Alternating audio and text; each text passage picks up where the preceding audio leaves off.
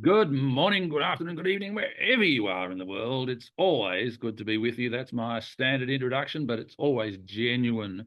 Today, I am just only sharing this time with Mohammed Shukri in Bahrain because Phoebe has something else important to attend to. So, Mohammed, how are you today?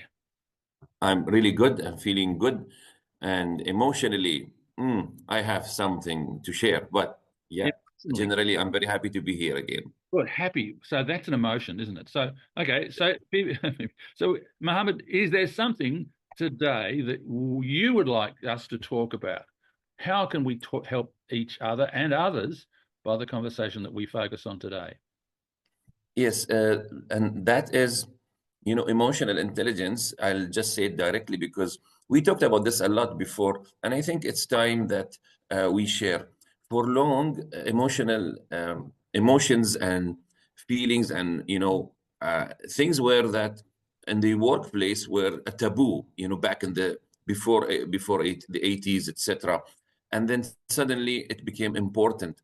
And now we see it important as ever, and especially when it comes to you leading others, and leaders need a lot about emotional intelligence and how to manage this side. So I want to take this a crash course with you on this, please. I know you have done this a lot, but in the realm of leadership, I think not only me but our viewers will benefit a lot. Emotional intelligence for leaders. Okay. Well, I'm inclined to say emotional intelligence for everyone, but let's focus on leaders at this point. And yes, I have been involved in delivering emotional intelligence programs since soon after the year 2000. So that's over nearly 25 years that I've been delivering programs on emotional intelligence. Let's be right up front. It is critical. It is essential. And that's nothing new. Although I do remember when I first started delivering this program, and let me touch on one element of what you talked about in your introduction, and that was years ago in the workplace, emotions and understanding emotions weren't important, and don't talk about emotions and so on. In fact, it was so strong in the workplace all those years ago that HR departments and managers would say, leave your emotions at home. Don't bring your emotions to work. Well, guess what? It is impossible to leave your emotions at home. And yet they would Exactly. leave your emotions at home. No, our emotions are with us all the time. And in my Exactly. programs on emotional intelligence, I say that when you are, before you are born, when you are in the mother's womb, and people, mother, father, and will express emotion about the baby in the womb. They will be saying, wow, isn't this wonderful? You're pregnant. Oh my gosh, this is gorgeous. It's going to be wonderful. They are expressing emotions, and the baby hasn't even been born. And we know that the baby in the womb is able to pick up on things that they're hearing Yes. from outside. So you are Yes. aware of emotions before you're born, Yes. in a sense. So you're saying, I'm hearing from you, Graham, that at the workplace, whether I'm a leader or not, you cannot ignore emotions. Even if you say to yourself, okay, this is work, forget your emotions, focus on work. This is policies. This is a project we are on, and emotions should be out of this. So everybody has this self-talk. Is this really possible? Is it true and is it possible that someone totally disconnects from his emotions in order to get work done, or vice versa? No, it's quite simply no. We're not going to totally disconnect. It's impossible to totally disconnect from your emotions. Impossible. But we're going to work through the framework of emotional intelligence, and thank goodness that people like Daniel Goleman and before him, there were others who decided that Boyatzis was one, and one of the other two academics in the US who said there is something happening with people in terms of their success. Some people are more successful than others, and this is not to do with how high their IQ is. And when we say success, we talk about how they're moving forward in the workplace and in life generally. And they determined that people who are more successful had what they called at that point emotional competencies, that Mm. they have the ability almost innately to manage their emotions. And people who can do this were much more successful than the high IQ people who couldn't manage their emotions. So through the front, there's a number of emotional intelligence frameworks around at the moment. Daniel Goleman was the first to produce the book called Emotional Intelligence. And that particular book, by the way, there was an article in the Harvard Business Review about emotional intelligence, just around about the time that he published that book, Emotional Intelligence. And the reprint of that article that was asked for in the Harvard Business Review was the highest number of reprints of any article in the history of the Harvard Business Review, going back to the Wow. The importance of emotional intelligence kind of rocked the corporate world. You mean this stuff works? Yes, in simple terms, it does. Mhm. Yeah, but what if I can't leave my emotions at home? Yeah, well, let's cover that in a moment. So let's just have a definition of emotional intelligence. And here's my definition. My definition is emotional intelligence is your ability to recognize in the moment when they're happening the emotions that are impacting on you, and that in the moment, and your ability to manage and regulate those emotions, and also to recognize the emotions of others as they are experiencing them and demonstrating, and for you to manage those emotions as well. So it's about recognizing how you are feeling. Yes. What the emotional impact is when something happens. And then when you develop the awareness of your emotion, which is the first critical step, something crazy has happened, something unexpected has happened. And you think, oh my God, I'm out of control. I can't think correctly. Sometimes we spike in terms of our anger, and we can continue. What's critically important is that we have an awareness that says internally, it's like an internal voice saying, you're getting angry. Yes, I'm getting angry. Why are you getting angry? No, it's the awareness. And it's then saying, I'm going to let this emotion go. No, I'm really upset. Okay. But at least have the awareness at the start. Yes. Beautiful. I like we started with this. So for those who have no background about emotional intelligence, and that mostly includes me, you are saying that it is okay to have emotions. You are a human, but not necessarily you will be aware of what emotions you're going through. And you're still a human, but you are not emotionally intelligent, because we rarely know what we are going through and can identify the type of emotions and what it's doing to us during the moment, right? Yeah. So some people recognize after that, some people never recognize, and they just are controlled by their emotions. However, to be emotionally intelligent is to be aware of them while they are happening, and also to regulate them for you and for others. Absolutely. That's a very good start here. Really positive start. Yes, some years ago, a young woman said to me, oh, my manager knows all about emotional intelligence. And I said, oh, that's She said, yes. He says it's all about keeping your emotions inside. Well, I got the immediate image that fairly soon he's just going to explode because of the emotions that have been built up inside. Emotional intelligence is not about keeping your emotions inside. Emotional intelligence is about managing your emotions. Now, when we're talking about emotions, we're talking about the full range of emotions, right? On one end of the spectrum, from anger, fury, those two extremes, right to the other side of happiness, joy, bliss, for instance. There's a vast range of emotions. Yes. The English language has about 600 words to describe emotions. Wow. The psychologists define 7 as the core emotions. But in the English language, we've got over 600 words to describe these emotions. So one of the keys to understanding emotional intelligence is for you to take a moment, and when something happens, whatever, you spill a cup of coffee, or you make a mistake, or someone comes in and interrupts you, or something goes wrong, or you're focusing on work and you're losing, just think, how am I feeling now? And identify the emotion. Put a label on it. Well, one of the keys to managing the emotion is to label the emotions so that you can recognize them. I'm feeling frustrated. So often if you say to someone how you're feeling, they'll just use one, I'm frustrated. Yeah, but what else are you feeling? Maybe a little anger, maybe a little disappointment because of what's happened. Right? So it's not likely always to be one emotion, but to have people think, what's going on now? By the same token, when you are happy, tell the world, right? Yes. Someone once said, show your face that you're angry. That is smile. Because that act of smiling, just as the act of anger, when you throw things or when you look as if you're in an angered or disturbed state, that is transmitted to others. And others don't get near Muhammad today. He's really upset. I don't know why. Don't go near him because he's really upset. But if someone sees, if you say, are you okay? You happy? Yeah, I'm happy. I'm happy. Well, you don't look happy. So communicate the emotions. So I have Sorry, yeah. So yes, since you mentioned 600 words in English and also the main categories. Share them all with you now. We haven't got time. But you said part of the being awareness of emotion is to label them. My question is, do I have to label them in terms of I need to have the correct name, like someone is working an English thing, or is it just to identify the feeling and know what it is, rather than finding linguistically for the right name? Look, you can call it what you like, as long as it's sort of this happens, bang, I go like this, and I know that I'm angry or I'm upset.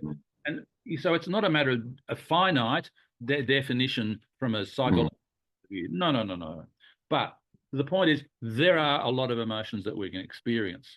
And so let's look at identifying them in the moment when they're happening. One of the reasons for doing this is once we've put a label on the emotion, once we understand what that emotion is, then we've got an opportunity to manage the emotion.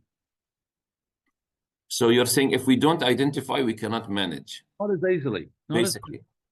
Not as easily. But so you say, oh, I'm really upset now. Okay, so this is the internal dialogue. This has just happened. And, there are certain behaviors or actions or things that happen in my life that I can know that when I go down and have a negative response to something, I know when I get out of that. I can get out of that fairly quickly. And holding on to that for days.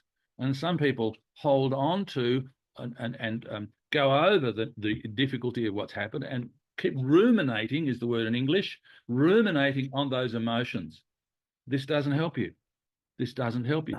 Yes. Negative emotions physiologically affect you in a bad way, right? They break down the body. So we don't want to be experiencing long-term negative emotions. So the first...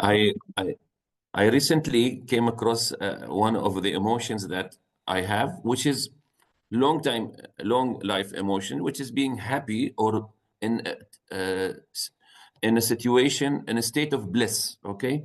And I noticed myself, when I'm in bliss, I tend to take some decisions which take me to being too generous with my time, and I give space for others, or I decide on things. So say I have some good news happening today, really good news, then what do? I take some unwise decisions. I'll do this. Oh, anybody who asks me for a favor, oh, yeah, of course, sure. Even if those favors are harmful to me, but because I'm in a state of bliss, I do that. Recently, I came to recognize this is not good for me. So I am now more aware when I'm very happy. I do not take any decisions. I can delay them. I can choose to do or not to do, because when you are so happy and also so angry and take decisions, majority of those decisions are really harmful. Well, so you feel that you give a lot, do you, when you're happy? Yeah. Send me a message next time you're feeling really happy, and I'll see what I can get from you. I saw that coming. So let's take this back. Look, we could talk about this for quite some time, not just a half hour that we have. But let's just first of all say two things I want to say about emotional intelligence, or EI. It's often referred to as EI, or emotional intelligence, but quite often I see the word EQ, and people will use those two interchangeably, but they're not really interchangeable. EQ, like IQ, stands for your intelligence quotient. EQ stands for emotional quotient. That is the measurement of your emotional intelligence. So if someone says, are you high on emotional intelligence? And if they then say, are you high on EQ? They're kind of the same, because if you're high on emotional intelligence, the measurement of your emotional intelligence will be high, or shall we say. So, but don't use those two interchangeably all the time. Broadly, the concept we're talking about is emotional intelligence. We are not broadly talking about EQ, right? So, Yes. first, as we're talking about, is the individual understanding their emotions and managing their emotions. And we can be triggered by events that occur in our lives that cause a negative impact on us. There are some things that occur so often, and we just react negatively to them. We've got to be aware when this happens, as you've described, there is an effect that comes. And you've just identified, yeah, when I'm really happy, this can happen. Now, because you have that knowledge, now that experience, you can say, I ain't going to be letting go, do that too much. I'll be blissful, I'll be happy, but I won't let the negative outcome be a part of this again, because I can understand, I can manage this, right? So Yes. if you have if you can manage your emotions, and if you express your emotions so that others can see, oh, Graham's looking happy today, Graham's not looking happy today, Graham's looking a bit miserable, what does that do to the relationship that they have with me? That was going to be my next question. So you understand your emotions, you regulate them. How is that helpful in the next stage with other people's emotions? Critically, I'm expressing my emotions, but I'm expressing my emotions without emotion. Let me give you an example. Let's just say there is something negative has happened in the workplace. Let's just say, for example, the big project that I was working on with the big sale of $2 million to the client. Oh, that's an exaggeration because I haven't had $1 million contract to do with it at the moment. Let's just say I miss out on that contract. So what sort of behaviors could someone in the workplace demonstrate when something significantly negative occurs? They can throw their mobile phone or something down. They can kick the wall. This is letting go. And what do other people think? Oh my gosh, stay away. He's in a bad mood, right? Something, and he may not want to talk about it. So if I hold my emotions in, people around will say, we don't know what's going on with Graham. He's got like closed. Now, that doesn't mean that if something negative happens that I kick the chair out from under me and make a noise and lots of things. But what I should be doing is expressing my emotion without emotion. So I can say to my colleagues, guys, I just want to tell you, I just missed that $2 million contract, and I'm telling you, I don't feel happy at all. In fact, I'm feeling really, really disappointed. What happens when I say that to my colleagues? They will share their disappointment also with you, I'm guessing. Yeah. And in sharing it like this, what they are also doing is empathizing with me, managing my emotions. So if we empathize with others, we get a good result. Empathy is powerful in helping to manage emotions. It's very, very powerful. Yes. And so if I've let out the positives, the negatives, but if I'm really happy and I share that with the people around me that I'm working with, what do they think? If I say, guys, I just got to tell you, I just got notice that my son and his football team, they won and it was a great effort and I'm just so pleased. Oh, wow. What does that do to the relationship with my colleagues as opposed to me just sitting there and focusing on what I've got to do in the workspace? Of course, the distance between you and them will be shorter. And they see that I am more genuine and don't like working with and associating with people who we regard as genuine, because I share my emotions positively when they occur, and when they're negative, I'm sharing them in a controlled way. I'm not breaking windows, but I'm saying, guys, I just want to tell you, this is really, I'll get over it, but I'm okay. In that situation, though, someone might say, do you want to come and have a coffee and talk about it?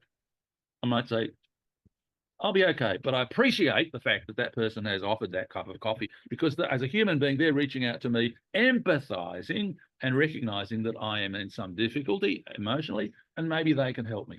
And that's really good. Now, emotions of others, when someone in the workplace expresses a negative emotion, let's just start with the individual. In the workplace, something negative has happened to me. How can I manage that negative emotion? Let's talk about a couple of strategies for managing emotions. Especially, Graham, if I am the leader, because it gets a bit more critical if I am a leader and I need to manage my emotions and my team's emotions. I hope if you can stay on that, because it's very critical. Here's what I would say. Let's just say I'm the leader and something negative has occurred. I might say to a couple of the people who are nearby me as I'm walking out, I've got to say, guys, I'm just going to take a walk around the office. Something's happened. And you might, if depending on what it is, you might say what it is, or you might not. But you might say, something just happened. It's not very pleasant. I'm just going to go outside and get a breath of fresh air. I'll be back in 10 minutes. Sure. They recognize that I'm talking about this situation. By the way, that act of going out for a walk, getting some fresh air, changing the environment is going to improve your emotion. The other way is to say, when something negative happens and you're about to get angry, count from 1 to 10. He should also express that to the team. Guys, come and have a meeting. Let's talk about this. I want to share something that's really positive that just happened. Oh, wow, isn't this really good? They help you as well.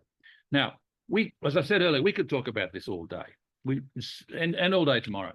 You wondered about the decisions and the use of decisions and the use of emotion in the workplace.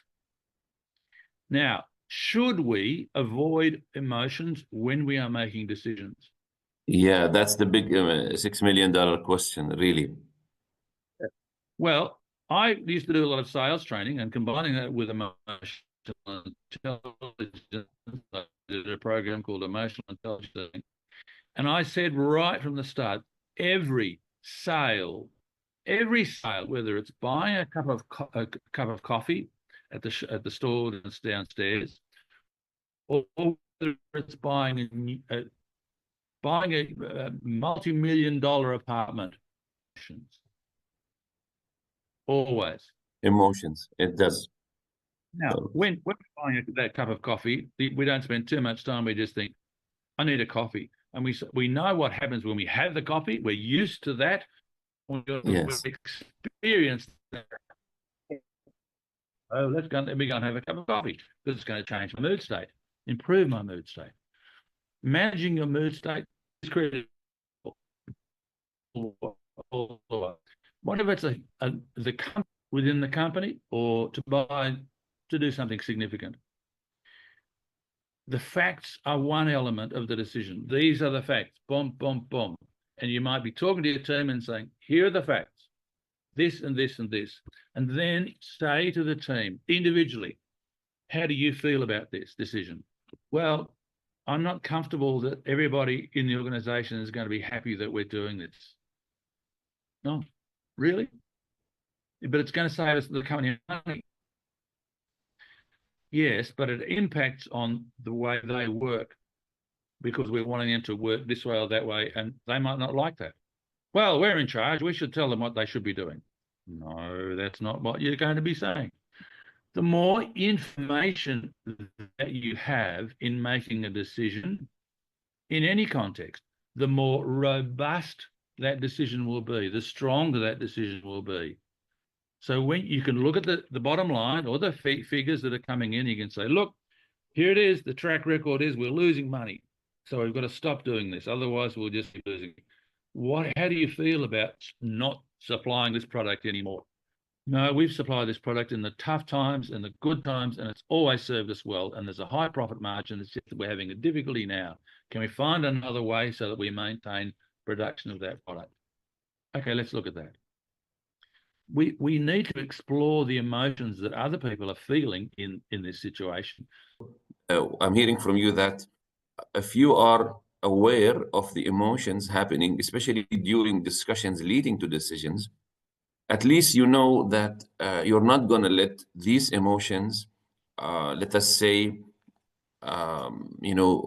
be against the good of the common good, as we say in shared vision in Leadership Challenge.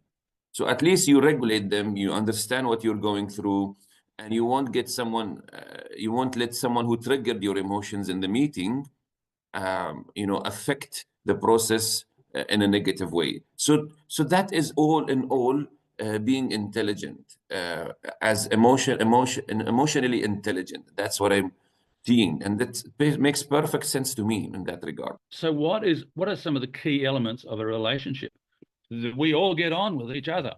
Yeah. I have care for you, I support you. All of these are things that are related to emotional intelligence. And any difficulties we have, we'll talk about them. Any emotions that you're feeling about it, we'll talk about those emotions, and we will then come to a positive decision. When people understand emotional intelligence, when they create an environment in the workplace where people are not only productive, but they're happy in what they're doing, because they know that they can share their feelings without anybody judging them. They can be honest in this situation, and people will want to work there. Emotional intelligence is critical right through all levels of the organization, all levels. For a long time, it was said that, in fact, the practical demonstration of what I'm about to say is the senior people would say to me, come and do an emotional intelligence program because my people need to understand emotional intelligence. So, okay, good. Are you going to be on the program? No, I don't need it. Yes, you do. First time I learned about it, I mean, not per se, was having to, I had to manage my emotions with my children, but that started with being aware of them first. A bit late, when I get frustrated or angry and show my anger in a negative way to my children, after some time, I am aware of it. Then I try to be more aware, so it takes little delay. And then I move slowly into a state of being aware while they happen, not after a while. So, and then after some years, I came to know there is something called emotional intelligence and said, wow, this is a very powerful tool. If I use it with my children, my wife, my family and others, it must be a great tool even in the workplace, and especially in the workplace. When you say how you're doing, they will know that you are inquiring about their emotional state. And they might say, well, something happened to me on yesterday or this morning or whatever, and I'm not doing too well. And you might say, do you want to have a coffee? And they could say, thanks, I'll be okay. But they appreciate your offer because they know that you're connecting with them to help them. I'm going to wrap this up by sharing firstly, a strategy for dealing with emotions rather than taking them home. If you've had a tough day, if there's been a lot of things going against you and you're feeling emotionally stretched, I want you and the people listening to us to spend time either in the office or in the car before you leave the car park, just firstly either thinking through the negative things that have happened today and thinking through the positives, and let go of those emotions. Say, I don't need to take this home. I'm leaving it in the office. These are negatives that occur today. These are nasty things, difficult things. I'm going to leave them behind because they don't serve me. One of the things that happen is that you're going to drive a lot more safely when you're driving home. And when you arrive home, you're going to be a lot happier. Some years ago, a gentleman said to me, I don't manage my emotions well. I said, oh, really? He said, yes. And then he told the story of taking his children up to bed. Now, when he said, I'm taking my children up to bed, I assume that the children are around about 3 or 4 in the age group, so in the ages. And he said that then when I'm taking them up the stairs, one of them will do something. And I don't know what it is, but it's something that's a trigger to this man. They might drop the soft toy over the side of the stairs, something simple. And he said, and I lose it. Now, I'm pretty sure it didn't become a physical interaction, but he becomes angry at what this child has just done. Is the cause of that trigger for that response caused by the simple act of what the child did, of dropping the soft toy over the stairs? No, it's something that he's been carrying from work all day, something that's happened to the workforce, and he's come home, and something in his home life with his beautiful children who look forward, hopefully, to dad coming home when they're going to have a wonderful, loving time with their father. And suddenly, dad turns into a monster. Not because of what they have done, but because of what's happened in the workplace or somewhere else. And dad has not been able to manage his emotions. We've got to love our children all the time. We work hard to provide them with a good lifestyle. The other side of that is not, well, I work hard to get good income. My children can therefore put up with my outbursts. No, they don't deserve that. Wonderful. What a story to end our session with. That was a crash course on emotional intelligence for all of us. As you said from the beginning, it's for all of us. And I'm glad you widened the spectrum to cover all of us, but also at workplace, which the leadership challenge actually focuses on in this series, at least. Thank you very much, Graham. Mohammed, as always, for your wisdom, for your comments, and for this suggestion that we talk about today. Have a great week ahead. You too. And everyone, please like, share, subscribe, and reach us for anything we can help with the Leadership Challenge. See you next week.